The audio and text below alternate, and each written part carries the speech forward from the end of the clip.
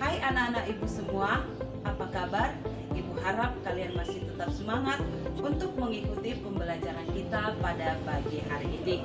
Nah anak-anak ibu, pada pertemuan kali ini kita masih membahas kelanjutan dari materi sebelumnya. Untuk itu anak-anakku tetap semangat untuk mengikuti pembelajaran ini. Salam sehat dan salam SMP.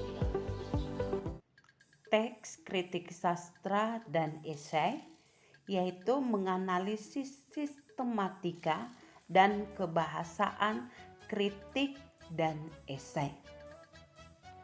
Teks kritik dan esai berdasarkan fungsinya dapat dimasukkan dalam golongan teks eksposisi.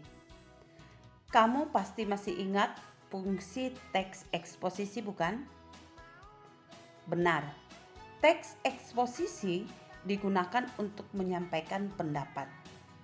Sistematika teks kritik dan esai dapat dilihat dari struktur teksnya. Masih ingat jugakah kalian dengan struktur teks eksposisi?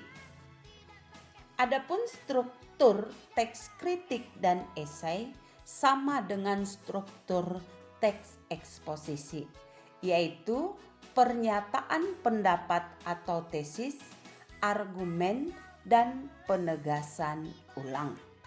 Nah, bisa kita lihat sistematika kritik dan esai berikut. Dalam teks kritik, pendapat atau tesis yang disampaikan adalah hasil penilaian terhadap sebuah karya. Argumen yang disajikan berupa data-data objektif dalam karya serta alasan yang logis. Penegasan ulang dalam kritik dapat berupa ringkasan atau pengulangan kembali tesis dalam kalimat yang berbeda.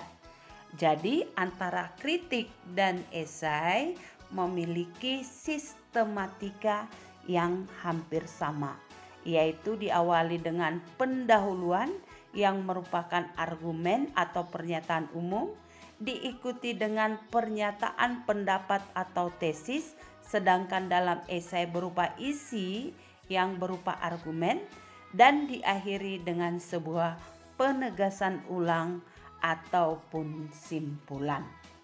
Sedangkan kebahasaan kritik sastra dan esai yang pertama menggunakan pernyataan-pernyataan persuasif. Pernyataan persuasif artinya pernyataan yang mengajak, menghimbau. Nah, anak-anakku pasti tahu apa itu persuasif atau disebut juga dengan persuasi, yang artinya mengajak atau menghimbau. Yang kedua, menggunakan pernyataan atau ungkapan yang bersifat menilai atau mengomentari. Jadi di dalam kebahasaan kritik, sastra, dan esai digunakan pernyataan atau ungkapan yang isinya atau sifatnya menilai ataupun mengomentari. Kebahasaan yang ketiga adalah menggunakan istilah teknis yang berkaitan dengan topik yang dibahas. Topik contohnya teks kritik sastra adalah novel, dan istilah-istilah yang digunakan juga berkaitan dengan novel. Misalnya narator, antologi, eksplorasi, eksperimen, dan lain-lain. Topik pada teks esai adalah film, terutama film Batman. Istilah-istilah film yang digunakan antara lain trilog, alegori, remote control, dan lain sebagainya. Artinya di dalam kebahasaan menggunakan istilah teknis yang berkaitan dengan topik yang dibahas. Kebahasaan yang keempat yaitu menggunakan kata kerja mental karena bersifat argumentatif dan bertujuan mengemukakan. Menggunakan kata kerja mental, hal ini terkait dengan karakteristik teks eksposisi yang bersifat argumentatif dan bertujuan mengemukakan sejumlah pendapat. Kata kerja yang dimaksud antara lain memendam, mengandalkan, mengidentifikasi, mengingatkan, menegaskan, dan menentukan.